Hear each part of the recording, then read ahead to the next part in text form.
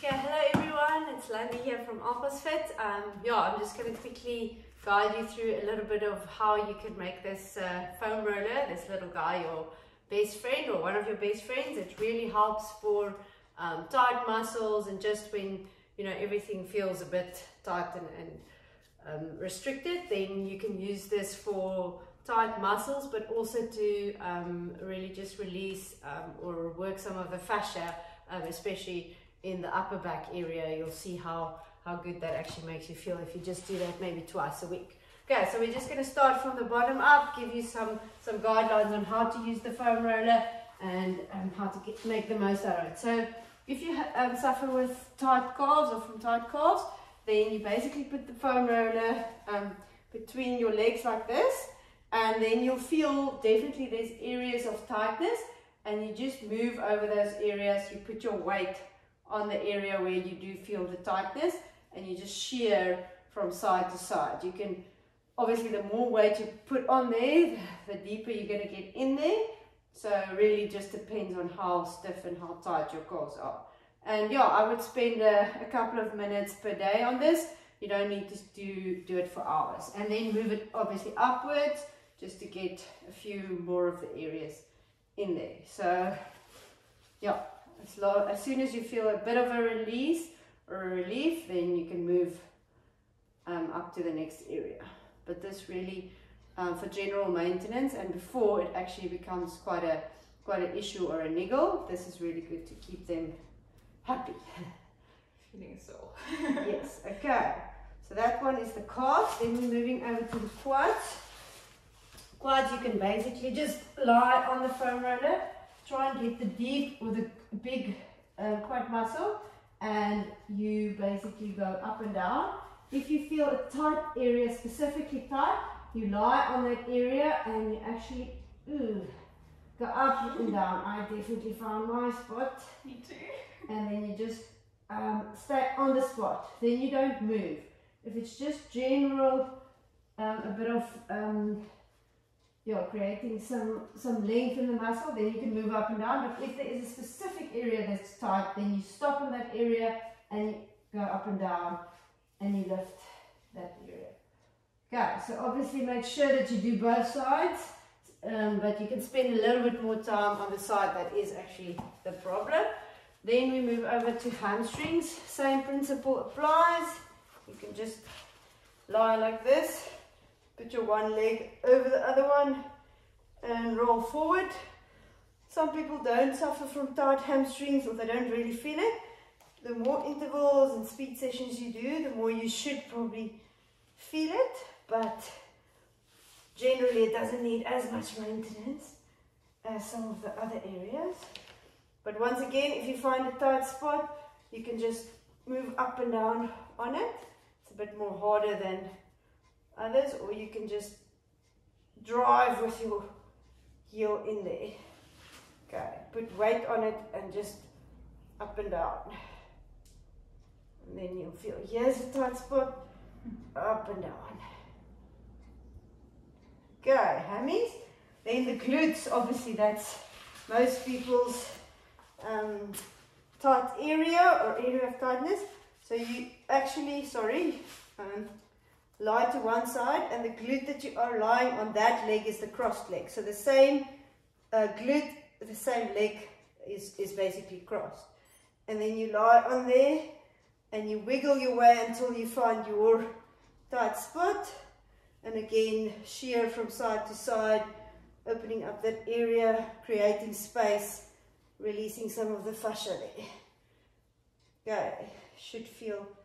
And then once again, you can move from area to area and just put more weight on that.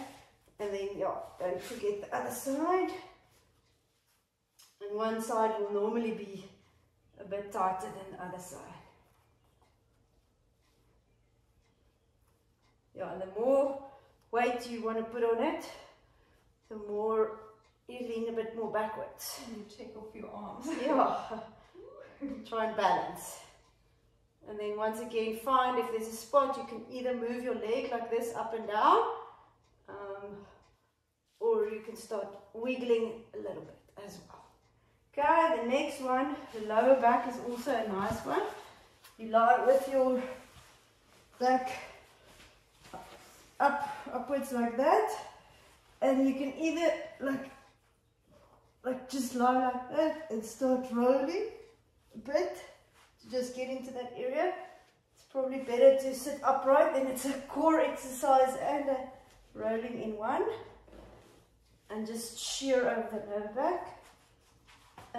It also helps to move from side to side like this. Really get into that SI joint. Also lie like this. It's very much comfier, and you should feel a burning almost sensation there, and then you know you're getting into that fascia. Okay, just move it a bit upper into the upper back area. You'll feel immediately if you lie over it, it should open up your back a bit. And then if you want, go up and down, hold your neck for support. Just feel that nice. So that's the mid back. Normally not the stiff area unless you did some strength training or gym work and specifically work the mid back area. But upper back is where a lot of people, so there I would say lie with your neck and body open and go up and down. That should feel quite good. So right between your shoulder blades, and again move up and down and open the arms as wide as you can, because then you create space for the shoulder movements. And remember to breathe in and out. Don't hold your breath in any of these exercises. Breath really helps with creating more space. And careful for not getting stuck if you're wearing a hoodie like Oh yeah. I remember with foam rolling, depends, or it really matters what clothes you wear. Okay, so this is really good for the upper back. And then the last one that's just for relaxation and especially helps for me for a good night's sleep is if you lie on the foam roller like it's a pillow, and then you shake your head, move your head from side to side, and if you find a tight spot, then you also shear on it, and it's normally very, very nice feeling, and it helps to just take away all that tight muscles and that stress that gets cooped up in our necks. So also the bony part of your head really is a good one to get into and foam roll a bit, and that's very good for just overall relaxation and letting the shoulders and everything relax, because once your shoulders are tight and you're actually cramping up, then you can't run with a proper running style. So it really just helps to create more relaxation, and you can do this as long as you want or as short as you want. Fascia and foam rolling is something that even if you only do 5 minutes a day, it really makes a big difference, or even 5 minutes every second or third day, as long as you don't do it once and then never again. But short amounts of time is all you need. Okay, I hope that helped, and happy foam rolling.